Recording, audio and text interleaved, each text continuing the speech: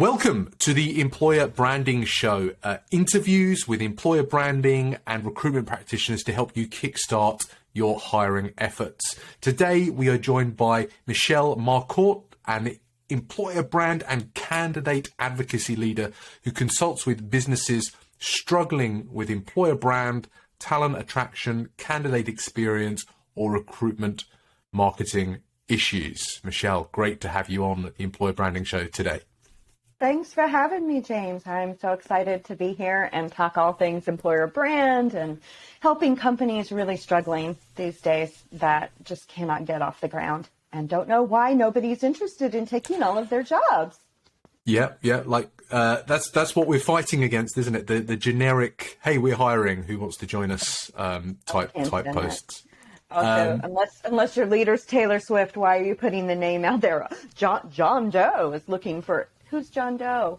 People just kind of really don't know what they're doing out there. And Exactly. They don't realize it's really impacting the entire experience for candidates. Yeah. Well, that's what we're trying to fix. So, Michelle, before we go down the slippery slope of employer branding, do you want to expand on my introduction and tell us a little bit more about who you are and what you actually do? Sure, absolutely. So I'm an independent consultant working on employer brand and recruitment marketing for all businesses, all sizes. Sometimes larger organizations have an agency, but there's specific projects they'd like me to have a look at, like persona work or job description rewrites, refreshes, career site content, that sort of thing. And sometimes the smaller organizations just really don't even know where to start. And so I love to come in and help them with some diagnostics and some prioritization of where they need to triage their employer brand to really help, kind of let's stop the bleeding of some bad habits that they have in terms of talent acquisition and recruiting. And a niche that I have that not a lot of other folks have in the space is that I really like to help contingent or contract hiring, which is a really different kind of game. It's growing as a way to work, but people are really not having any luck with how to talk to those contractors. A little quick tidbit or tip is that they're the same as any other candidate. They just work in a contingent status. But I like to focus in on that area as well. That's a really interesting niche. The term that I come across a lot is fractional. So people that do, work for maybe 2 or 3 different businesses, a couple of days here, 1 day there. Is that the kind of thing that you're talking about? It's quite similar. It can be long-term contingent projects, or it might be more freelance. I worked to help develop and set up the talent exchange for PwC here in the States and learned so much. I have been a contingent worker a lot of my career. So either a contract worker or independent consultant, and I just understand it. We're people too, and a growing population, obviously, and also one that is overlooked in terms of candidate care, big time. And they're choosing their projects, and you want top talent, and you want the best of the best, and you need, these ringers to come in and do some really complex, like dev projects or IT projects. And you're not finding them because you have to talk to them with respect. And these are game changer people. These are people who can work 6 months and then take 6 months off to sail because they are high earners and they're very, very in demand.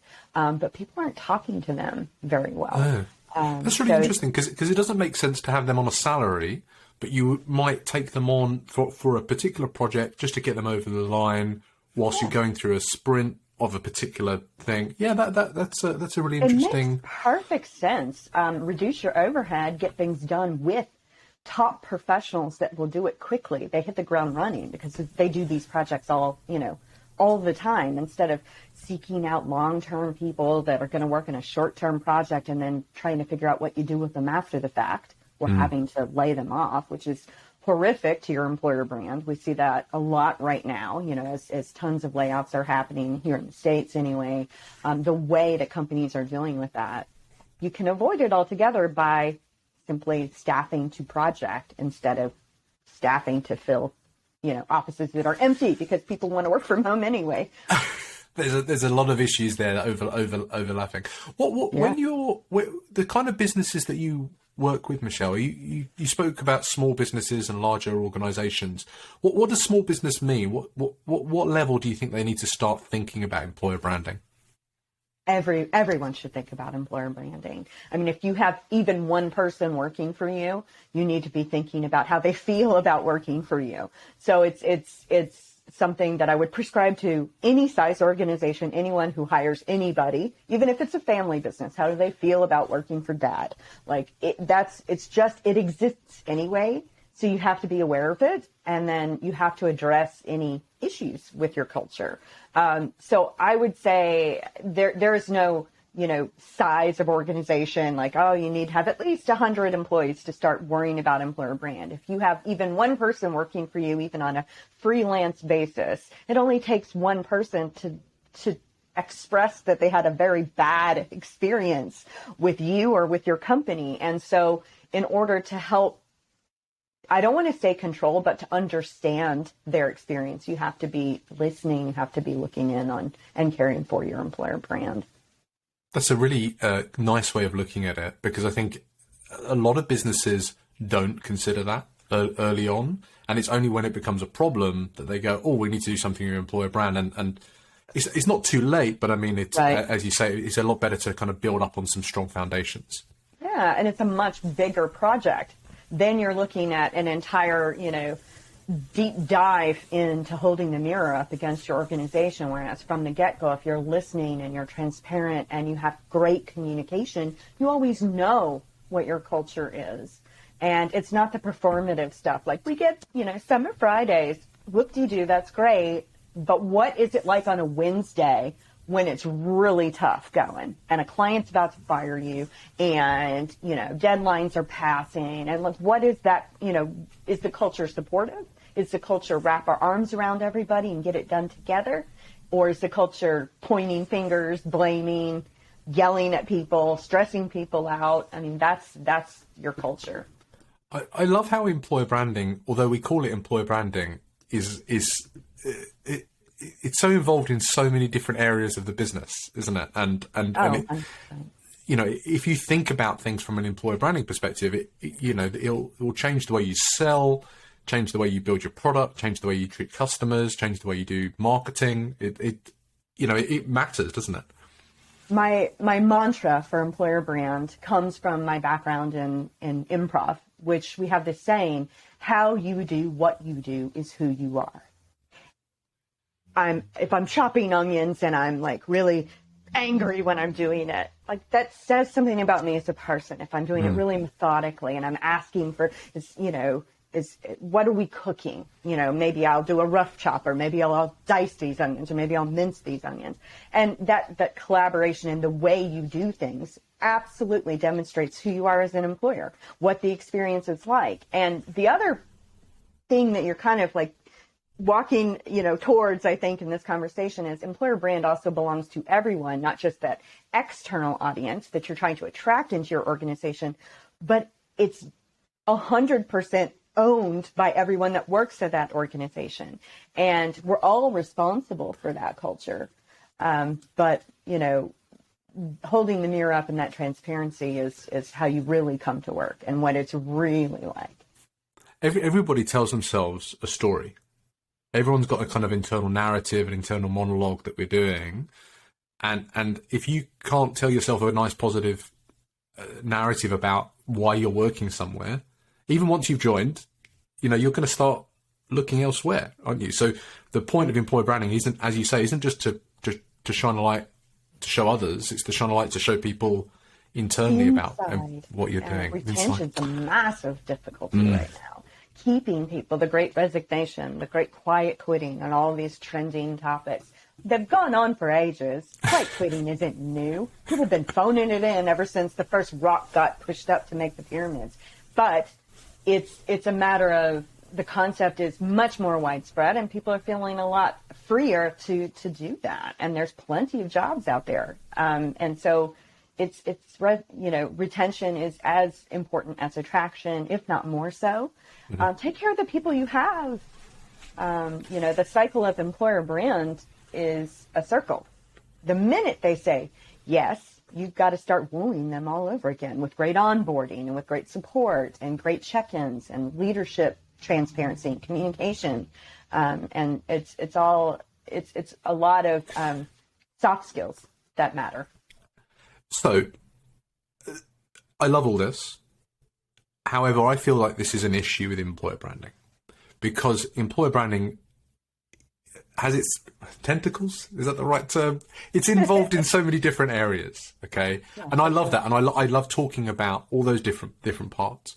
But if you're just starting up, if you've just been tasked with looking at the employer branding for your business and you just need to start doing that, it's so massive and nebulous. You can't do all of that. So if you were to approach a business that was just starting to think about its employer branding, what would that approach look like from like the initial situation you'd find the company in to kind of where what's the kind of hierarchy of things that you'd look to work on with a client? Absolutely. And there are, it's the low hanging fruit. I hate that saying, but it's true. And like where do you get the most bang for your buck quickly? Job descriptions is definitely a place I look first. How are you going to market about your jobs and working at your institution? Is it 9,000 bullet points and requirements and qualifications? Throw those terms out. It's more about what you get to do here. What's the opportunity for you? Can you picture yourself working there? And telling little miniature stories within job descriptions and helping them to see the light on that old school, we need this. It's not about you. It's about the person who's going to do that work. And so flipping the script on that is one of the first things I typically address in any engagement with a client. Also looking at the career site and also their sentiment. What are people saying about working there on Glassdoor or Indeed or wherever? Now, it takes ages to improve sentiment on those platforms. However, not knowing is not helping. So you got to do the deep dive and reveal any specific problems so that you can put them in front of the client. And the beauty of being a consultant is kind of automatic trust, which you have to continue to earn every single day. But that outside voice is really helpful in holding that mirror up. As opposed to on the inside, and you keep getting pushed back. So those are the things. You can ask the difficult questions, can't you? You can 100. Go, I don't quite understand. Like, this sounds like an obvious thing, but can you explain? Like, it's. In America, we just say it's crap, and you need. That's the British and the US. Like sentiments. You're trying to make it cool, and it's just not. Or lean into what it really is. Lean into the truth. I mean, 99% of the job is going to be, how it really feels to do it. And it's going to be how you are supported through difficult times or change or whatever. And so you just have to lean into the honesty and the truth. And being a consultant gives you that sort of license to say, hey, you've brought me here to tell you the truth. And I'm telling you the truth. Can you give me an example of a client? You don't have to name the client, but maybe just kind of give some context around it, about a client that you've helped with job descriptions and then what that has then resulted in after the fact. Can you kind of talk me through that a little bit? Well, I think I had a client, large retailer, that I helped with their job descriptions from a DEI perspective. Okay. And moving the needle on that was more than just what we sometimes kind of think about when we think DEI. It's not just like ethnicity or things like that. It's much richer and diverse than just, skin color and things like that. It's also neurodiversity or getting moms back to work or whatever it might be. It's a wide range of reasons to have a more diverse work population. And there's more ways than one to put that out there in the world. What the job descriptions did was provide some clarity and some opportunity to reframe how we advertise their roles, while also inviting new candidate personas to the table. The hiring managers were so specific, and we need another Bob, we need another Tom. And we're like, you actually need Denise, who's neurodivergent, must work from home because white noise and things, but is a hell of a fantastic developer and can be head down and completely redo your website in like a fourth of the time that anybody else can because of the way her amazing mind works. And just what it did was, it wasn't just better job descriptions, better job advertisements. It opened up their eyes to who else they might consider when you're looking at accessibility, and you're asking those questions within that process of getting all of those approved. It was pushing them to say, but you're narrowing who might want this job. Don't do that, and we're not looking for another Bob. Throw that out. Denise is amazing at this. And the way to find Denise is to speak Denise's language, or to at least not turn her off, and not have, highly masculine coded wording and things like that in your JDs, and not having things like that. So it became an education, and it became a project more about educating hiring managers on who they might consider in roles. Right. It was obviously, tighten up the writing, make it more candidate centric. It's not an exhaustive list of requirements and all of that kind of stuff. But that plus this education of the hiring managers and the company to think bigger, to think differently. And what was the success off the back of that work? Just more diverse hires and just more effective job advertisements. Yeah, and I expect it opened the eyes of the hiring managers about actually how they manage their team and how they worked with different people. And it opened the eyes of others, seeing the hiring managers that were maybe doing some not great behaviors. So you get called out when you're like, well, I just want Bob. Well, nowadays, no, we don't do that. We don't just look for Bob anymore.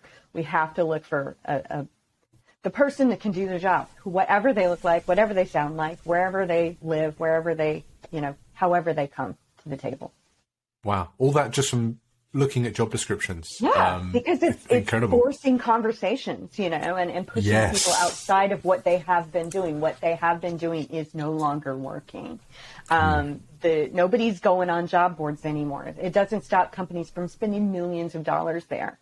To what end? It just, yes, in some places, high volume hiring or something, that might be a place where they're going, but I have not ever searched for a job on Indeed in my life. Like, it's just not, I look to my network for either, projects or consultant clients or jobs. And it's just not even something that I, even consider. So it's Interesting. I love that phrase, forcing the question.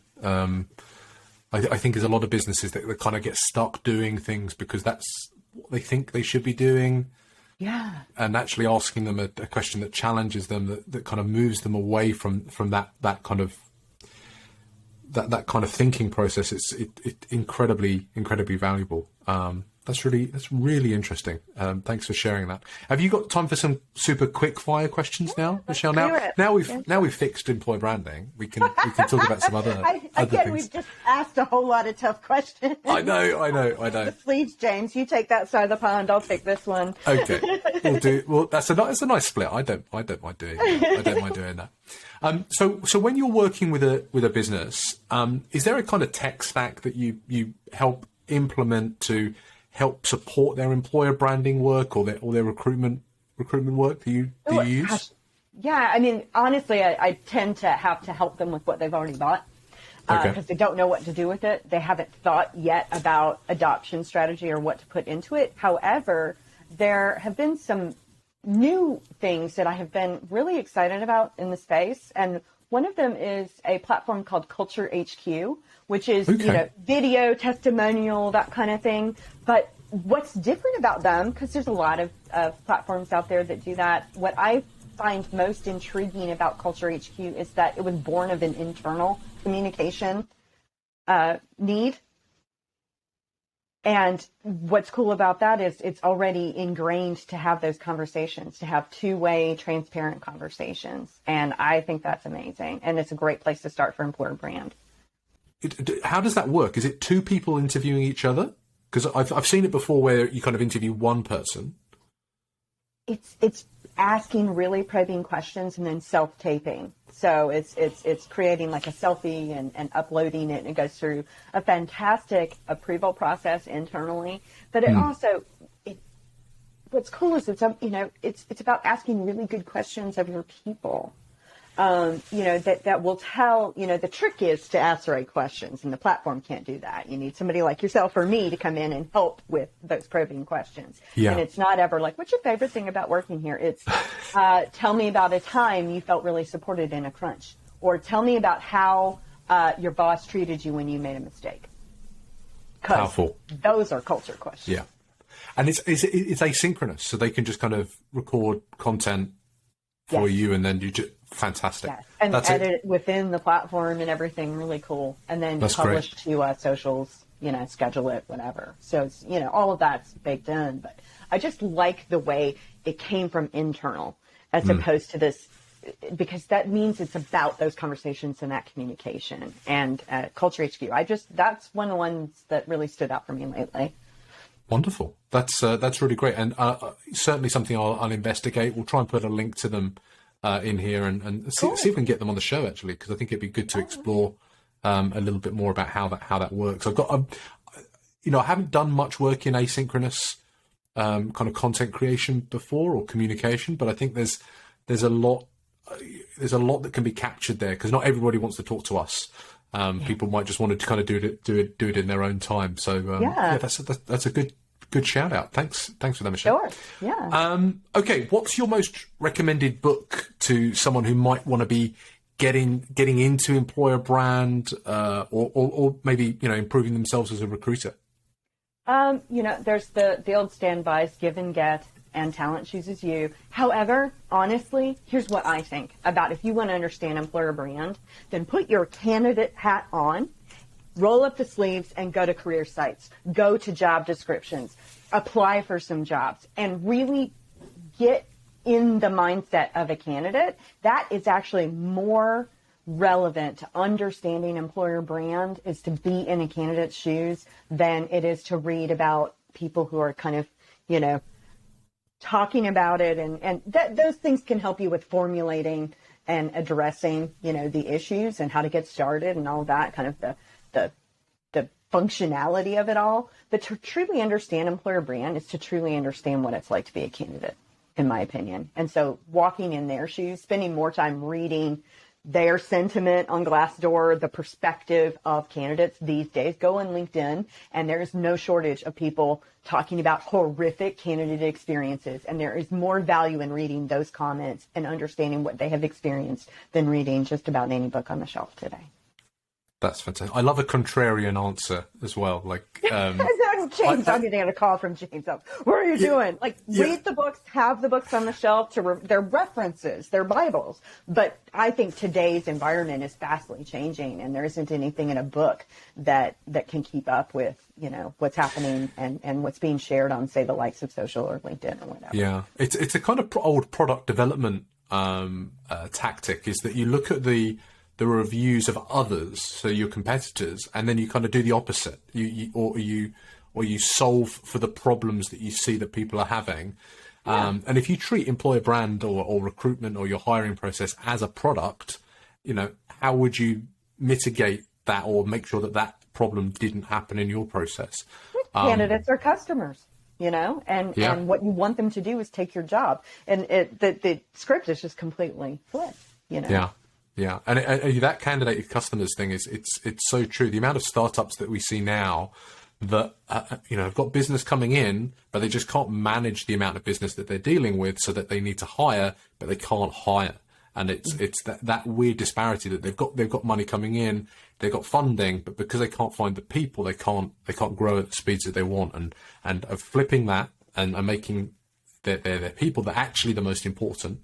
Part of that kind of paradigm is why employer branding is on the rise. I think it really is. Startups and founders have a real difficult time articulating to others why they should care. You know, it's so personal for a founder to care, and they have a real hard time getting others to care. And nobody's ever going to care as much as a founder. And no one will ever care as much as the owner. So you have to make it, you know, what's in it for them? What's the so what for somebody to come and help you with your dream? What's the so what? Yeah. That's again, another powerful question. Okay. Last but not least, who's someone in your network, maybe an up and comer in recruitment or employer branding, that you think that we should be keeping an eye on for the future?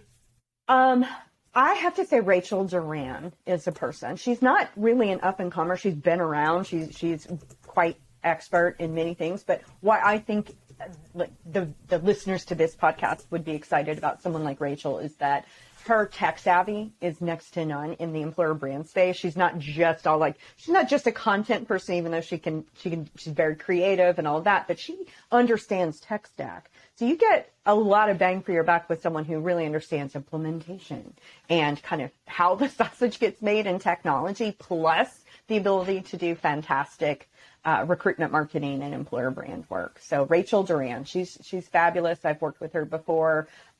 She's works with IT companies and startups and just has a zest for it, but also that kind of odd, unique factor of being tech savvy in addition to what she does so well from the creative Wonderful. Great recommendation. We'll put a link to Rachel in the show notes as well, so we can all go and follow and see what she's up to. Maybe get her on the show.